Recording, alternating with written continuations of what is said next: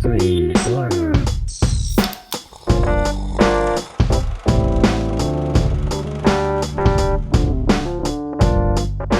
Hello and welcome to Screen Slurps, the movie review podcast where we discuss everything that is good, that is bad, and that is savage in the world of cinema. I'm Adam Meisner. And I'm Dash Gerhardt. And Adam, don't you just want to go out to sea and say, forget everything, forget America, forget it. all the other countries, and make our own countries in the middle, our own country or countries in the middle of As nowhere. long as it's got an open bar, I am there.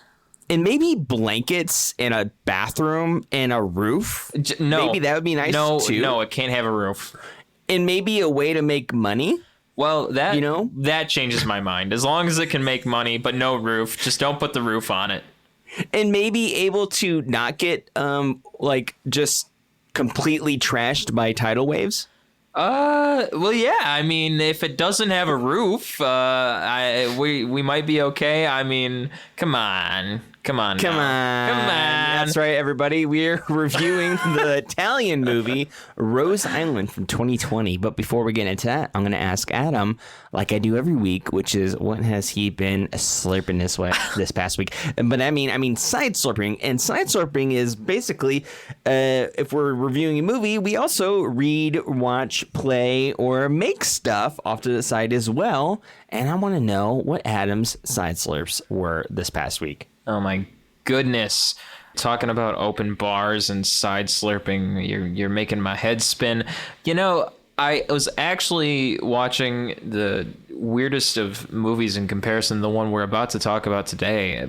But the movie I was watching other than Rose Island is a film called Captain Fantastic. And let me tell you, it wasn't necessarily about a superhero. And I'm very surprised that he was called Captain Fantastic. But what an interesting film.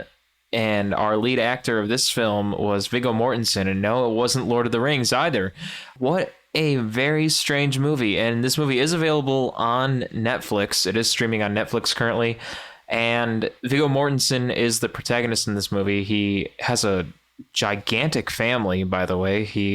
The whole point of the movie essentially is Viggo Mortensen's character, Ben Cash, is basically on this mission to find his wife, Leslie, and him and his gigantic family of children basically live in the wild. That's what I will refer to as the woods and the forest and things like that. And he's going to find his wife, Leslie, and she's in the hospital. And as he's on his way to see his wife, he finds out that she has passed away. And then he's basically on his way to attend her funeral. I will leave it at that. But what an interesting film to see the kinds of things that him and his children are doing in the wild in comparison to what I will refer to as normal society, the things that myself and I'm sure Dash do in our normal lives of living in homes and going to grocery stores and things like that, because those are some of the things that you see happen in the film.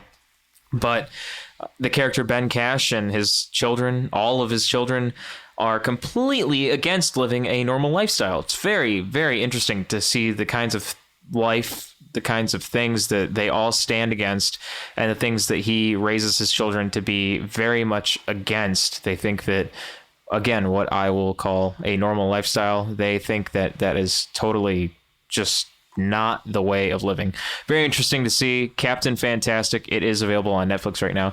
Other than that film, I went farther back in time and I saw Jim Henson's film Labyrinth for the very first time. Ooh, classic. Ooh, very much not like the Muppets. Nope. Not at all. But I mean, you can't go wrong when David Bowie is the antagonist. So, and it's a musical, and David Bowie's singing. Cool all antagonist too. Yeah, when all the music is David Bowie serenading you, and he also has a very pronounced gigantic crotch in all of his scenes. So, Yep. what? Come on, Jim Henson, what are you doing? Like, why are you making that I don't know. Like, come on. Regardless of that, Labyrinth is an awesome movie. David Bowie is great in that movie, not only for his music, but for his acting as well. And the whole purpose of the movie, I've got to say the protagonist was a little annoying at times, but she was supposed to be. That was her character. Her character was this lost high school girl who didn't even know what she was doing with her mind. I mean, she was just really stuck in herself. And do you have a better way of describing her personality, DJ? I don't know. It was almost kind of like, I don't dislike her. I don't really like her. I don't know. It's just kind of like, she's just kind of there. I mean, it's mostly about Bowie for me, and the Muppets. That's all that matters. But fun fact, Jennifer Connelly is the wife of Vision and WandaVision and the Marvel Cinematic Universe, Paul Bettany. Ooh. Paul Bettany is Mr. Jennifer Connelly. Now that is a fact that I needed to hear today. But yes, the protagonist of Labyrinth. I mean, she was just really, I don't know. I have nothing bad to say about her, but I also don't have anything, I don't know, praising to say about her, but I don't know. I mean, it's just mostly, I just remember mostly Bowie and the Muppets. I mean, not Jennifer Connelly herself. It's just her character was really stuck up. She's just kind of like, everyone's against me. I don't She get my own wasn't given time. much of a part, to really play with. So yeah, it's not really her fault. It was just the part wasn't really well written for her, and it wasn't. Again, I think they were all focused on Bowie and the Muppets, and there was like, let's just have an audience agent be someone that's there. Also, being the super nerd that I am, also I gotta say, I don't see role-playing games the same ever again now that I see Ludo, who's the master of geology, just controlling rocks like a freaking beast. Yeah. So watch Labyrinth. Labyrinth is an incredible film, and if you love David Bowie, you'll love Labyrinth even more. Other than that, I celebrated my dad's birthday recently, and when we all went out to eat, I ordered a burger that came between two glazed donuts. So that was an experience I will never get a heart forget. attack. And I didn't get a heart attack, and I'm still alive, unlike the character I'm playing in Divinity Original Sin 2, who was an undead dwarf. That's what I did this past week. Well, there's life after death, obviously. Exactly, yeah. An undead dwarf, I mean. Did he eat a burger with donut buns? I wish I could do that. And I mean, what a way to go, right? Yeah. Die of a heart attack via glazed donut burger. Doing what you love best, eating a burger with glazed donut buns. Apparently that kind of burger is called the Luther, and it's named after Luther Vandross, so I'm okay with that. Luther. I don't know why I thought of Lucifer instead of This is the devil burger. Get ready to go to hell, but you're going to have fun doing it on the way. Nice. Well, this past week, besides watching Rose Island, I've, of course, been playing my beloved PlayStation 4. I know it's old school for a lot of you geeks out there, but you know what?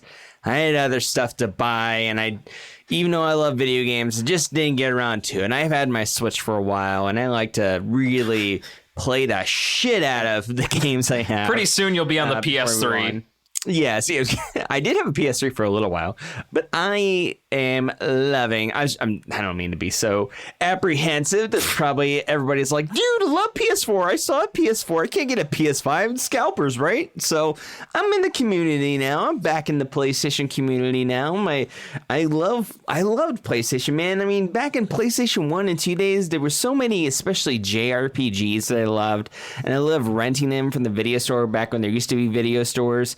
And I loved them so much. I remember the first PlayStation game that I ever played was Tekken 2. It was at a neighbor's house across the street, and I think I was about 8 or 9 years old. But it blew me away. It was so cool. I should say RPGs, especially JRPGs and fighting games, are my favorite genres of games. I'm not much of a shooter gamer. I like Halo, but that's about it. But JRPGs, RPGs in general, and fighting games I love. Tekken 2 was awesome, and it was one of the first games I got too. It came in one of those classic long boxes that they're coined now. That was like the beginning of PlayStation games, and also, do you remember Sega CD, Adam? Mm-hmm. Yeah, so Sega CD also used the quote-unquote long box for their CD games, and I really liked them. I thought they were cool. Now you get those, if you even buy physical games, which most of the games you can just download, they are usually, at least PlayStation 4 games, are, and I believe Xbox and PlayStation 4, I saw them in Target the other day, they're kind of like in a very smaller, almost Blu-ray size disc cases, which is cool. But anyway, been totally playing Final Fantasy 15. It is a total broad trip. It is so cool. I get it. That's not a game for everybody, and that's okay. But it's a game for me. I love it, and I understand why some people don't like it. But it is a game that I was waiting for years before it came out. The last Final Fantasy game that I really got into is Final Fantasy X. So it's like every few ones for me. Like 7 was great. I love 7. I loved 8. I didn't really play 9. I just didn't try it. It wasn't that I didn't like it. I just never got my hands on it. And then I really got into 10. It was the whole reason why I ended up getting a PlayStation 2. And then 15. And I saw a preview for Final Fantasy 16 for the PS5 the other day. And that looks really cool. Anyway, I've also been playing a little bit of Spider-Man and Yakuza 0 off to the side. Not much. I'm very focused on Final Fantasy 15 right now, but also great games, and also occasionally going back to Castlevania, the Requiem collection, which includes Rondo of Blood and Symphony of the Night, starring Richter Belmont, whom I cosplayed before at cons, and Alucard, the son of Dracula. And yeah, so that's been my gaming this past week, and I've also been keeping up on Servant on Apple TV Plus, as I mentioned before in past episodes. A very cool, very spooky, almost farce, like I mean it in a great way, like theater farce. It's a very like scary-esque, it's an M. Night Shyamalan show type show, but they really liven up with every once in a while you have a character that has like an ironic joke or some kind of like levity in it, which I really appreciate. That's not just all dark and dreary and just making me feel awful like Hereditary or Midsummer, which keep in mind, I love those movies, but I don't like rewatching them, and I don't want to watch more than the time that it's given me because it made me feel awful. Great pieces of art, not something I want to revisit often at all. So Servant is a really good balance between scary and silly. I love it. Really recommend it. Also been keeping up on Critical Role every Thursday night on Twitch. Check that out if you're into D&D actual play, and if you're not, go ahead and try it anyway. Just go and see if you like it or not. They give recaps on the story every week, at least on the website, usually in animated form if I'm not mistaken. But yeah, that is also cool. And the last thing on my list is I also watched the last Blockbuster documentary on Netflix. Ooh. That is very cool, very nostalgic. I don't know if you had a Blockbuster in your hometown, Adam. Did you? I did. I was more of a family video man, but yeah, I had the others, the off-brand Blockbusters, like the mom and pop type ones. There was a couple of them in my hometown, but it was basically the same experience, except there was one big difference, which was, I don't know about you, but they had that room in the back basically, which had those like bead curtains that said like you couldn't go in unless you were 18. Oh no. When I turned 18 years old, that was one of the first things I did, was go into the adult section of my hometown video store, which is no longer in business. None of them are, actually. And I went in there. I was so excited. I'm like, here we go. Gonna see the 18 and older section. And I've been waiting for so long. That's right next to the video game section. Oh. And I went in and I felt so weird. And it smelled really gross. I remember. There was some kind of funky smell. And that's what led me to, okay, I'm going to leave. And I'm like, well, that was a milestone in my life. I got to go to the adult section of the video store. But dude, I really recommend it. It totally like makes you like just nostalgic for those days where you go get a couple movies, get a couple of video games, rent video games, get a pizza, go home, and that was your weekend. And it was so much fun.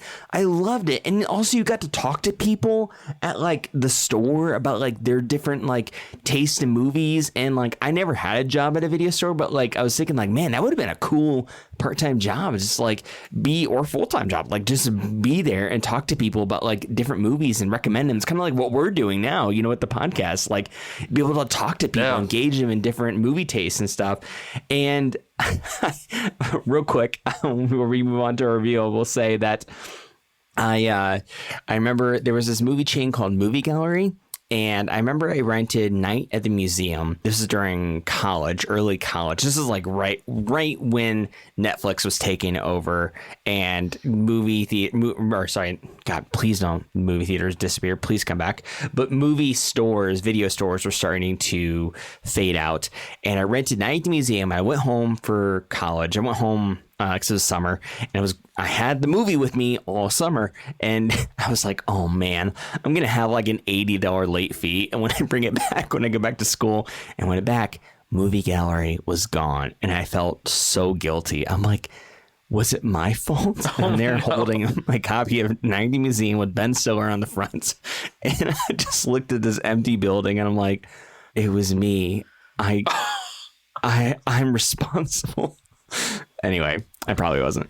Anyway, Netflix is responsible now. But go watch that movie because it really goes into how and why the movie or video store industry, especially Blockbuster, went out of business. And Blockbuster actually had a chance to buy Netflix back in the day, but they turned them down. Yeah. And they really missed that boat. Can you imagine? We'd be watching Blockbuster. It almost seems like that should have been what made sense. Is like it would have been, Blockbuster streaming service. This is a Blockbuster original movie. Like the movie we're reviewing today, Rose Island, is a Netflix film. Yeah. Like, can you that almost seems like the Netflix. When you think about that, Netflix almost seems like the alternate reality to Blockbuster streaming service. That's true. Like, that should have been what made sense. But no, Blockbuster turned him down. Netflix was like, hey, do you guys want to work together?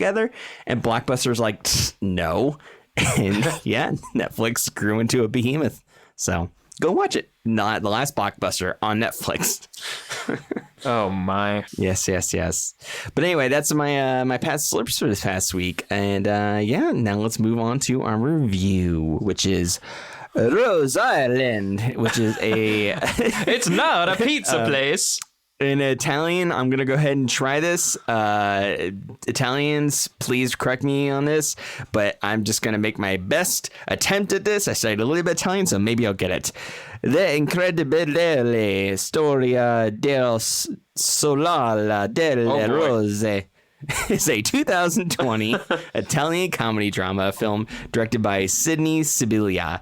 The film is based on the true story of engineer Giorgio Rosa and the Republic of Rose Island. It's based on a true story, everybody. It was released on Netflix on summer nights, so it was out pretty recently, and it starred Elio Hermano as Giorgio, the main character, Matilda de Angelis, Leonardo Lidi, Fabrizio Bentivoglio, Luca Zingretti, and Francois Cluzet, which is French. The cinematography was done by Valerio Asali, and I thought I'd put down the budget, but I guess not, which is okay, which I'm okay with it because I guess, again, we are in COVID times, so the money doesn't matter right now. We need to know plays. I mean, Netflix, the box office, plays. they don't have the box office listed online because this wasn't in a theater release. It's a Netflix film. Yes.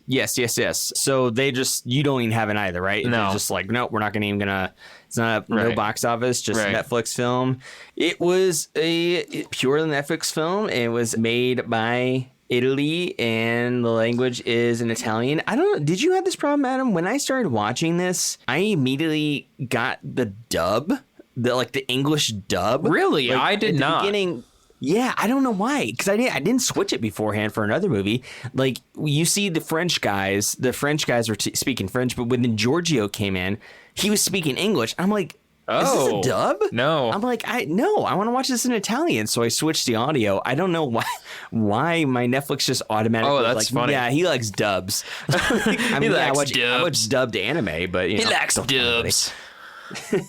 I do watch dubbed anime sometimes. I mean, a lot of times. Sometimes I watch Japanese subtitles, but anyway, don't judge me. He likes his dubs. Adam, I got to ask you, what were your feelings on this film? And feel free to go into some of the plot and any factoids that you have. And also, what was your impression when you found out that this was based on a true story? I thought it was really interesting going into this that it was based on a true story. That was my initial thought going into the film, realizing that this was based on a true story. So I thought, there's something to be learned from watching this. I had no idea about the history of Rose Island at all going into the film. So my initial perception was, okay, this is going to be an interesting sort of concept, an interesting factoid to learn from watching this. So I'm curious to see where this is going to go. And as I began to watch the movie, my first thought, this sounds more like a joke, but the lead actor, I thought the lead actor seriously looked like a clone of Robert De Niro. I'm not going to lie. Yes. Like in Scarface. Like very young. Well, wait, you said Robert De Niro? I thought Al Pacino. Interesting. Maybe he's a combo. He's like an Al Pacino meets Robert De Niro. But no, I thought I wanted all Italian. Yeah, I wanted to say he looks like an Italian version of Robert De Niro, but Robert De Niro is Italian. So yeah, I mean, so and so is Al Pacino. Yeah, and the antagonist kind of looks like Joe Pesci-ish, but not entirely Joe Pesci. But there, and he's also Italian, so it only makes sense. Very funny to think about that, but I really enjoyed how this movie sort of progressed because it starts off with the protagonist, Giorgio, sort of sitting there on a bench. He's being very much ignored because it's kind of this sort of high hope scenario where he's got the documentation to protect and recognize his island, and they don't believe that this is anything serious until you realize that it's actually what he's doing is completely legal and he is in international waters. So it's almost being legalized, I guess you could say, for him to have his island go through and become its own island, become Rose Island, to be free from Italy and everything because it's in international territory. And as he's talking to the Council of Europe, we then see it flash back to, I believe, 3 years ago when it all started off. And I thought the way that they did that was just so well done. I liked the way they did the transitions between flashback scenes because it hopped between different cities. I thought that was very cool. So 1 minute you're in one city, and then when they flash back, you're in Bologna. Bologna. Everyone, well, I remember being young and everyone calls Bologna Bologna or Bologna, and it's like, no, I think it's Bologna, but again, for any Italians out there, if I'm mispronouncing that, go ahead and correct us on social media. But yes, Bologna. I am a little Italian. I have a little Italian ancestry, so I don't know what authority that gives me over any of this to sound silly. But yeah, go ahead and trash me on social media if you don't like my Italian impression. I'm doing terrible. I'm making fun of myself. Anyway, but the stereotype, not good. Anyway, I apologize, audience. But yeah, I am of some Italian descent, so which I found out 2 years ago, and but anyway, yeah, it was there. Yeah, I was with you, Adam. I did like that. I appreciated the big subtitles that it helped me know where all we're going, because they did hop around the world. Like one point we're in, Bologna, and the other point, we're in Rome or New York, That caught me off guard. I was like, we're in New York City. When they went to New York, yeah. That was interesting. So so I will say that I really enjoyed how well this movie was made. I loved how bright and colorful it was, and also the energy was so chipper, especially with the music choice that they had. It really fit this sunny, party-like, vacation-esque feeling to this whole movie, which it just felt great. It wasn't a dreary movie at all. It was very bright. And even the main character, when he was going through rough times, also, I gotta say, I love the car that he made. I love that little with his mom's couch car with his grandma's couch in it. Yeah. Like, I loved it, man. And it was, that sucked that he didn't put a license plate on it, in which he gets caught by the popo. But this movie is definitely not something that would make you feel depressed, other than like, oh, countries won't let us do anything, let us be free. Just to let you know, folks, a little bit of the plot. Giorgio Rosa approaches the Council of Europe, like Adam said, and he applies for, basically he ends up like showing that he already went through the UN, and he's establishing this small little island that him and his buddy made out of platforms and poles that are stuck in the Mediterranean Sea into a basically.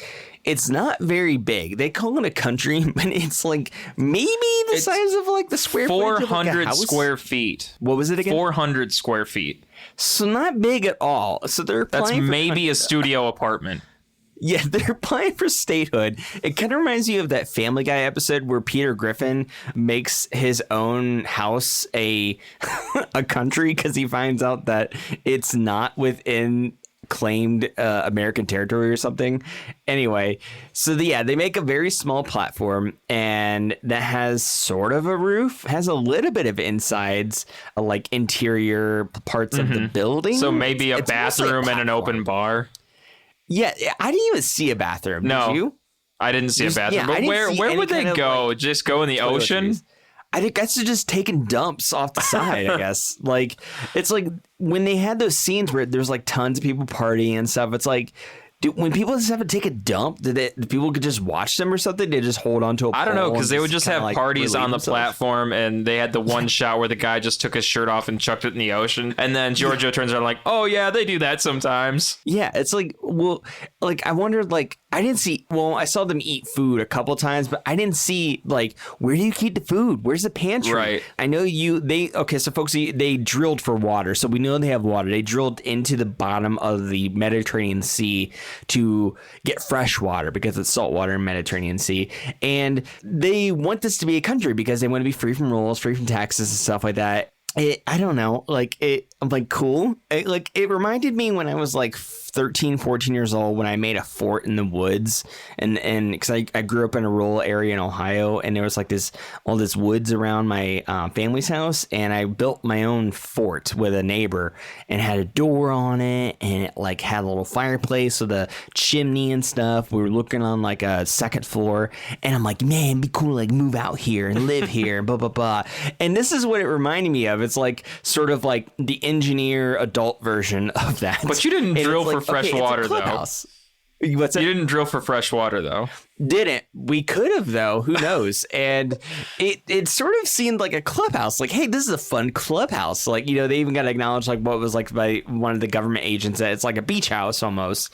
And that's what it seemed like. It seemed like a place to go party and stuff. But Giorgio was so sincere on making it its own state, its own country, because it was on international waters, which he was going by the rules to an extent.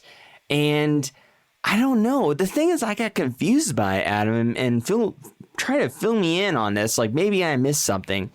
Is what was his motivation? Like, we understood that, like, in the beginning of the film, he got caught for like drinking and driving, and he what was it? He was working for this racetrack or something, this motorcycle racetrack, and he messed up the sign, and then it ended up causing an accident. And then the cyclist come over and just smacks him in the face with his helmet. And it's like his parents like sent him to engineering school. He has an engineering degree. Why does he want to make his own country? I think I missed that part. Do you know why? He was in a discussion with the girl that he wanted to be with, and I remember them being sort of in a fight. I remember this from the trailer specifically, and they were in a fight as they were leaving the movie theater. He was arguing with Gabriella, his ex. Yeah. I think when he was talking to her, they were fighting, and he made sort of an off comment about maybe he could build his own island, or maybe I believe he even phrased it like that. Like maybe he could build his own world, or I don't know if he said island, but he said maybe he could live in your own world. Yeah, he's like, maybe I could make my own world. Yeah. And then that's when it sort of chained into him when he was at the racetrack, and he was working at the racetrack, and he had the one job of holding the sign up for the guy who was looping around the track, and he sort of put that off as he saw a billboard for this oil platform, this like oil rigging island platform thing, and that's what inspired him to make his own island, sort of similarly modeled like that oil platform. It was sort of the influence to him where he's thinking, I could make an island that kind of looks like that, and also caused the motorcyclist to get into a crash because the motorcyclist couldn't read the sign that he was supposed to be holding up. Yeah. But like, why? Other than like, I guess that makes sense because later she's like, you did all this for me. She said in Italian, of course. The whole movie's in Italian, other than the French parts. And so he did this for Gabriella, but like, just to impress her? Like, this, like, because like they didn't do anything like that. Okay, so like when he makes a new country, or basically starts a new country in this like studio apartment platform in the middle of the Mediterranean Sea. Like, what are they doing that's like, that they couldn't do anywhere else other than like sell alcohol and not have to pay taxes for it? Literally, other than not paying taxes, what are they doing that they can't do anywhere else? Well, they're starting their own government and their own lifestyle.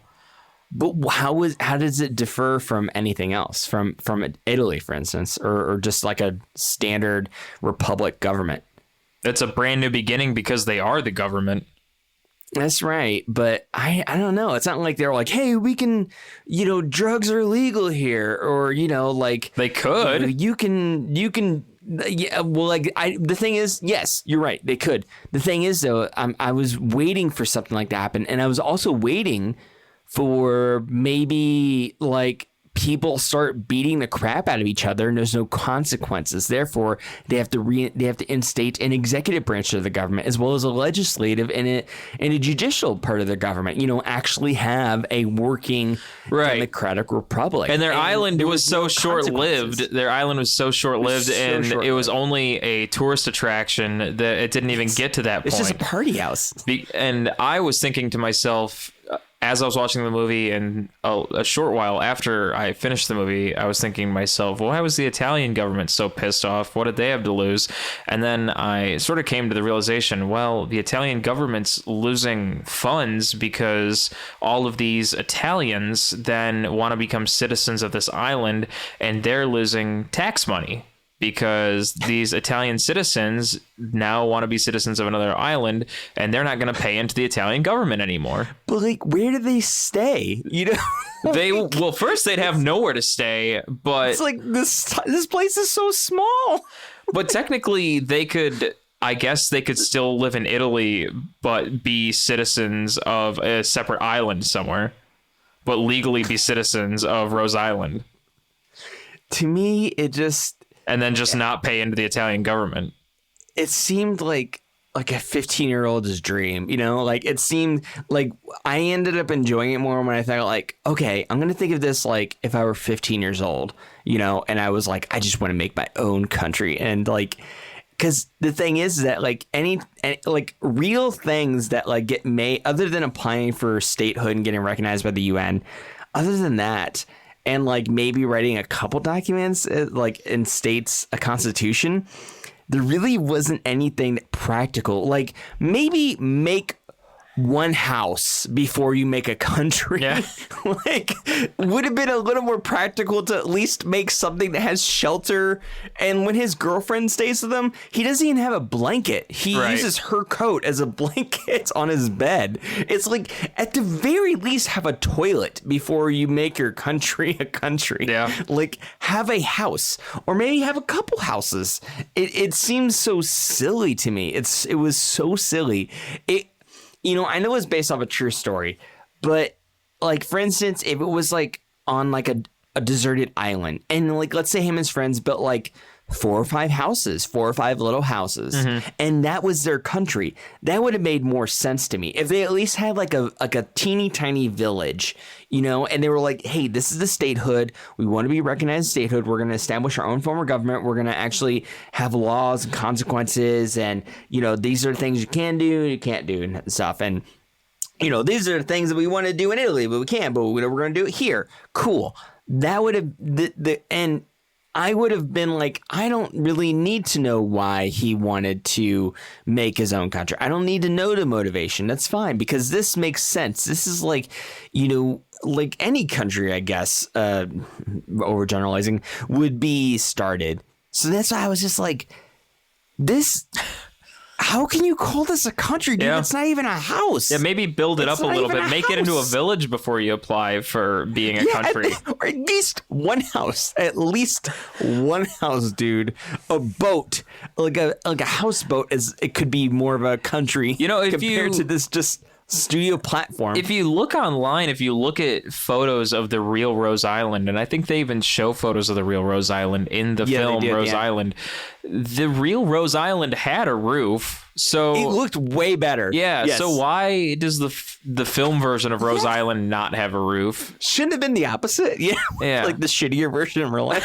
But the real life version looked like a fort. It looked like a water fort. It looked way better. It looked cool. Yeah. This is like and it was heightened too. We don't have much for the budget. The real Rose Island looked like it was like 5 stories higher and had a roof. It looked solid. It looked sturdy. It looked like, that can totally survive like a tidal wave or something. That's like, it's a fort, and it's like, wow, you guys, that actually was very impressive. It's like, wow, you guys made that? That's amazing. And it looks like maybe it could have had like 3 or 4 apartments in it, or something. I don't know. Then that's cool. Also, like, they mentioned it a little bit, like anticipating it, but like, what do you do when it gets cold? Like, it's the Mediterranean. It does get You obviously cold put your girlfriend's coat on as a blanket. You cover up in a blanket in a girlfriend's coat. Yeah. And that's what you do when it gets cold. Also, how are they making money? Like, other than his friend stealing money from his dad and then blaming it on his, like, working class employees. Well, in the film, they said it was open bar, too. They didn't even say they were selling the drinks. Yeah, they weren't even charging. How are they making money? How do you, like, you don't even establish an economy on this little country that you made? Again, it's a 15-year-old's dream that doesn't know much about how a government works. He may have known how to build stuff, but it's like, dude, you know nothing about how to be a government other than writing a letter to the UN. Like, you don't even know how to make money. Where do you get food? Who does the shipping of the food? You know what I mean? Like, do you have a refrigerator keep meat? If you eat meat, or an ice box to keep it cold? These things were running through my head the whole time. And I'm like, this seems so impractical. And I'm a dreamer. But this seems so impractical. The basic human needs were not met. And he skips so much of that and goes straight to the UN and tries to piss off the Italian government. It's like, dude, maybe not write the letter to the UN until you're like a couple years down the road. And then that way you have like this big island that you made with like, 20 houses, and you actually can be a society, that supports each other and is self-sustaining. But nope, he had to piss off the big boys first and they blew it up. Spoilers, yeah. They blew it up. They blew up his clubhouse. I mean, that's history that not a lot of people know about, that this was, in fact, a real thing. There was an island named Rose Island that got blown up. I actually found an article about Rose Island on BBC as I was researching this that talks about Rose Island after the film came out, and a couple of facts about the real Rose Island in relation to this that's in the BBC article. It was saying, as well as claiming the island was being used for drinking and gambling, some politicians even suggested the island posed a threat to national security and could be providing cover for Soviet nuclear submarines in an effort to damage its reputation. That's wow. Very interesting. I mean, don't get me wrong. The fact that this actually happened is very interesting. And the fact that what it said at the end, that the international waters were changed because of this, like around the world, I thought that was very intriguing, that like this actually made a huge impact on, international borders and, on water territory. It was that impactful, this quote unquote clubhouse, which again, in real life, it was much more of a fort. Yeah. So much more of an impressive fort. So that was, I I thought that was cool. Like, that was very interesting because I never had heard about it before. But yeah, there was this one part where the club promoter Wolfgang Rudy Newman, a stateless post-German who is a PR manager for the beach club, he visits the island. He helps Giorgio and his friends sort of like really get the word out. And he basically is the personality, I should say, internationally. That's what attracts a lot of the international attention, because you have people from all over Europe coming there. And they touched on a little bit how this was sort of an escape during, I mean, this was the late 60s. It was a lot of like an escape for people that were suffering from like protesting the Vietnam War. And so, I mean, that seemed cool. It just, I don't know. It just, there wasn't much purpose other than seeing them party over and over. Like, if they were like, you know, hey, we're going to like help out refugees and like, you know, keep them here, and we'll also party with them, but we're also keeping them safe. That would have like, I would have cared a little more. I mean, like, hey, cool, they're taking care of people like are trying to escape the draft, you know, and the Vietnam War or something like that. Like, hey, that's cool, right? You know, like, or hey, they're taking care of this family that's homeless or whatever. Like, that would, I mean, yeah, they had that when Castaway became like the first citizen, but it's like there wasn't much purpose.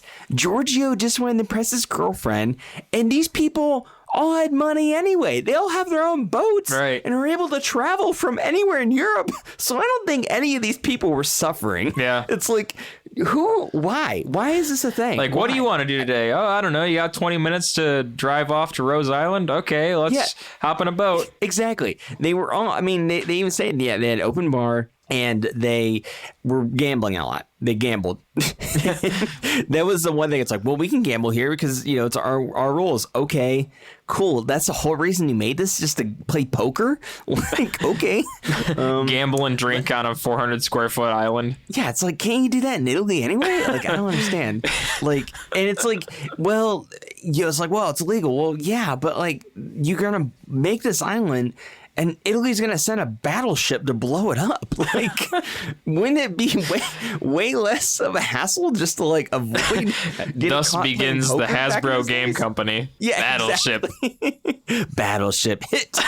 Sunk my battleship. Started going to Death's voice from Bill and Ted's Bogus Journey. But yeah, as the towards the end of the film, a letter is written, as we mentioned, to the United Nations and the headquarters, the UN headquarters in New York, and they end up contacting the Italian government, and ends up going to the Council of Europe, and they Gabriella advises Giorgio to approach the Council of Europe to help him, and they accept the case for further investigation.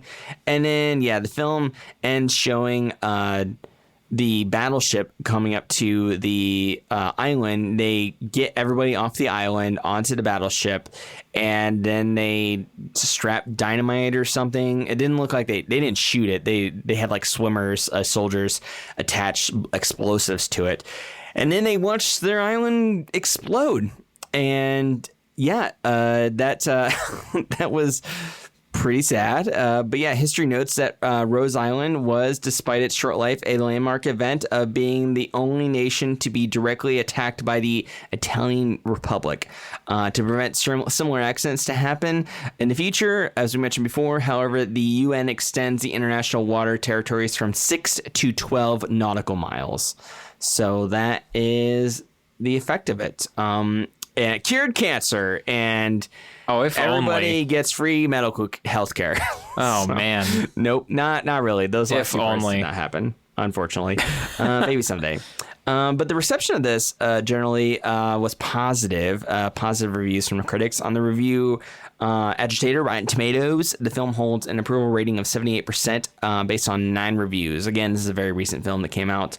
And Linda Merrick of NME wrote, Sibilia and co-writer Francesca Manieri successfully mix whimsy and pathos to give us something truly inspiring. I will say that it does, I do agree on the whimsy and pathos. Like, it was, again, as I said earlier, very bright, very energetic, very pleasant to view, very pleasant to hear. very well acted, I should say.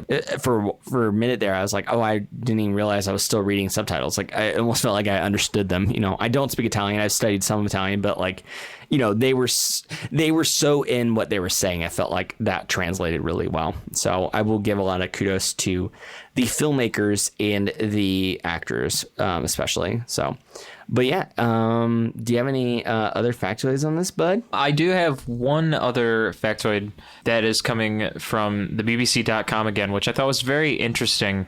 And it's something from the director, Sydney Sibilia. This is a quote that he did mention about making the film, which is, quote, "Every day was a nightmare," he says. Continuing, "Every day we had to explode something or do something complicated with water." He's talking about the surrounding water of the ocean. Continuing, quote, "Movies are created to be shot on solid ground. We are people with a camera on the ground, but when we take movies on water, it's fluid, and often the camera was in the air. Often I am asked for advice by young directors. This is my advice. Guys, shoot on the ground." End quote. So I thought that was very funny that he was talking about that, just the challenges of shooting with so much water surrounding them. And the article also mentions that the water wasn't entirely like the real ocean being super deep. I think they recreated the water, which it says was an infinity pool in Malta, which was much shallower than it had been in real life. But even still, they were shooting around so much water that they had to be very technically savvy with all of that. So I thought that was very interesting. I thought that was really cool. And it looked really good. All the images they captured looked beautiful. Yeah, it looked really good. And I also thought it was really interesting that the director, Sydney Sibilia, he doesn't really have a whole lot of movies under his belt. If you look at his background, it's really just what is this, like three other movies? Yeah, 2014 and one in 2017. Yeah. So yeah, I Can Quit Whenever I Want. That was 2014. Yeah. And I Can Quit Whenever I Want. Masterclass. Honorum. And another one, I Can Quit Whenever I Want. Masterclass. He's not very old. He's only 39. So yeah, he hopefully this springboards him into more films in the future. Well, he can quit whenever he wants. Like I said, so I may not have enjoyed the story that much, but he did make this film. Like I felt the energy from this film. It was very captive. The energy was very captivating, and as well as, like I said earlier, the actors. And I'll give a kudos to the lead actor, Elio Germano, who is an Italian actor, currently 40 years old at the time of this recording, and he's great. Yeah, he's a recipient of many accolades, including the Cannes Film Festival Award for Best Actor and Silver Bear for Best Actor, and he had such an energy that was very charismatic but gentle, and also fluid. He like go with flow. He, at least his character did. He portrayed a character really well that would just kind of like take the hardships as they came and sort of like worked them into his favor, which is really cool. Mm-hmm. So yeah, I give a lot of kudos to Elio Germano, if I'm pronouncing that right. Elio Germano. I don't know. Sorry, offending anybody. I do enjoy saying it with a bad Italian accent. I want to have a good Italian accent. Teach me. But yeah, sign up for the masterclass.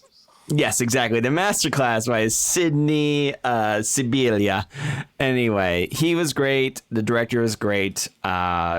What are your final thoughts, Adam? This is the time, folks, where we go into our Slurps Up, Slurps Down section. Slurps Up means we like it and we recommend it. Slurps Down means we don't like it and we don't recommend it. And we have some shades of gray / thoughts in between there. So, Adam, what's your final verdict, my friend? I'd say overall, I think this movie is worth the watch for the educational value to take away from it.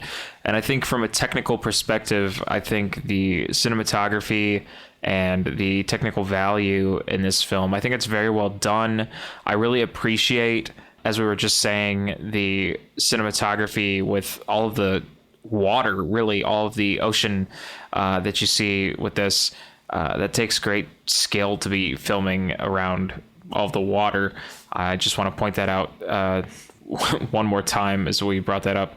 But really, overall, I was certainly entertained watching this. I thought it was really interesting, especially since this film was based on a true story, and especially since, for myself, this is a foreign film. And to be completely honest, I don't watch a whole lot of Italian cinema. And I think it really stands out for that reason. And again, I can't say it enough times, but because it was based on a true story, and I had no idea what Rose Island was, I think it was really interesting to see that this was a piece of history and that the island was approximately 400 square feet and they were trying to make this its own country. I can't wrap my head around that. I watched the movie and I cannot wrap my head around the fact that a 400 square foot island was going to be its own country. It was trying to be its own country. It didn't quite make it that far, but it was trying to become its own country. So I'm going to say slurps up on this for the fact of, I think you should watch the movie. There were some times where I thought to myself, is this truly 100% entertaining me to the max? I don't know if I'd go so far to say that this is, the blockbuster movie of my mind-blowing entertainment. However, I will say it is a good movie. It is educational. It is history. And I think you should watch it. So slurps up. Nice. Well said. I'm going to actually go a little bit of a different way than you, bud. So I give a lot of praise, as I said, to the actors, to the filmmakers. Wow, what an achievement. It looked so good, sounded so good. Actors just really made me try to care. Every time they were pulling me in, I'd start to get lost, and the scenes and the pace of the film was so captivating. They really know how to make a film look good. I think that the work that Sydney Sibilia did and the work that Hope Sydney continues to do, and I hope Sydney gets more work for sure, that I would definitely see another film that Sydney Sibilia does. I really recommend watching other films that Sydney Sibilia has done or will do. And I, again, praise the actors. I'm curious to see what else they have done in the past, like Elio Hermano or Matilda de Ingles. And it looked great. The story, I could have read this in an article and be like, oh, interesting. And that's all I would have needed. I don't know why they didn't make this platform country into what it actually looked like in real life, because it looked way more plausible. I didn't understand. There was no purpose for me. I didn't understand the purpose. I didn't get the purpose. I didn't get the motivation. There was nothing at stake other than, oh, well, they don't have this. Then they all just go back to their rich parents or their comfortable lives in different countries in Europe, and that's it, because they all seem pretty well off. And this guy has an engineering degree. He's going to be fine. And there was nothing that made me really care about this, I should say. And other than the great actors and the great cinematography and direction of this, the script is what sunk it to the depths of the Mediterranean Sea for me. The script, and I guess this story that they picked, that they chose to do this on, it seemed like everybody was really trying hard to make it seem like this is really important. But to me, it wasn't important. And that's what it made me lose interest. And I was getting frustrated that it was 2 hours. And yeah, I feel bad saying that, because again, the filmmakers and the actors were great. But I'm going to have to say, my personal recommendation is that you pass on this, watch the trailer, watch a couple scenes to see the cinematography work on this and the acting. Just kind of skip around on it, but it's not worth seeing the entire 2 hour film, 2 hours of this story that doesn't really matter that much, in my opinion. So I'm going to give it a slurps down officially. Wah, wah. Wah, wah. Yes, my favorite Italian film still to this day still has the belt. The reigning champion belt is Cinema Paradisio, which is my favorite Italian film. And I think it was 93 2003 or something. It won Best International Film, Best Foreign Film at the Oscars. Beautiful film. I love. It's about movies. It's about movies and romance. It's a beautiful film. Cinema Paradisio. Go watch it if you haven't seen it. What about Bicycle Thieves? Bicycle Thieves is also very good. Anything Vittorio De Sica did is also, extremely well done. And I remember I did a report in college because I studied Italian cinema. I love Vittorio De Sica's work, and he was so good. Flawed man, but he was also a very good filmmaker. I loved it. But yeah.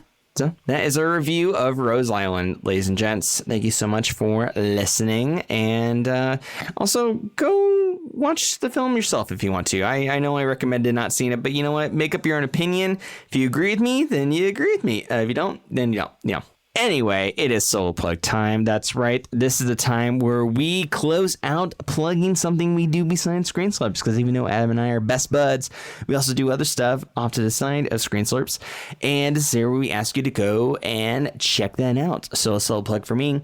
Dash Garrett is I have an upcoming, at the time of this recording, Dungeons and Dragons actual play show titled Journey Punks. It's going to be on Twitch. It's launching at 7 p.m. Central Standard Time, March 23rd, 2021. So stay tuned. And it will be, if you end up liking the Twitch page, it's twitch.tv/Journey Punks, JOURNEYPUNKS. You'll get a notification that it will be launching, and you can join the stream and check it out. Also, there's a Discord you can join, and that way you can keep up with the updates and join the community and talk with the players and me. I'm the Dungeon Master.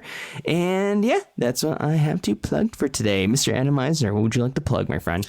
You can catch me on social media on Twitter, Instagram, and SoundCloud at Adam Meisner. And I am also on Twitch at /A Meisner, MIZNER. And I record music of all kinds, original songs and covers. And you can just let me know what you want to hear, and I will record it. You ever get a throbbing twitch in your eyelid and it just goes, and it's like, what is happening to me? Am I morphing into like an alien or a mutant or something? All the time. And sometimes I just morph. Oh, you too? All the time. Okay. I do morph, like Animorphs. I just... Ooh. I used to buy the Animorphs books, and I should not read them. I just buy them. You just buy them and collect them? I did that with Animorphs and Goosebumps, and I would just especially Animorphs, I thought the flip book was so fun. Like, I would just flip it and watch the human morph into like a dinosaur or like a dolphin or something, and that would be it. That's why I ended up buying them at my elementary school's book fairs. So, Animorphs. The TV show that was on back in the day was I remember really dark and gritty, especially for a little kid's show. But anyway, go check that out. I might go check out Animorphs tonight by Animorphs. I think I might do that tonight. Anyway, I'll tell you how it is next week on our Side Slurps. So yeah, that wraps up for this episode, everybody, of Screen Slurps. Thanks for listening, and please be sure to follow us on social media. We release new episodes every Monday on Spotify, Apple Podcast, and just about everywhere you can find podcasts on the internet. And be sure to follow and subscribe to us on those platforms. And if you like our show, please give us a nice 5-star review in the Apple Podcast app and recommend us to everyone in your multiverse. It will help the show grow. And stay tuned for our upcoming Patreon page that's about to be launched. So closing out, this is Dash Deerhart. And I'm Adam Meisner. Slurps up and catch you later.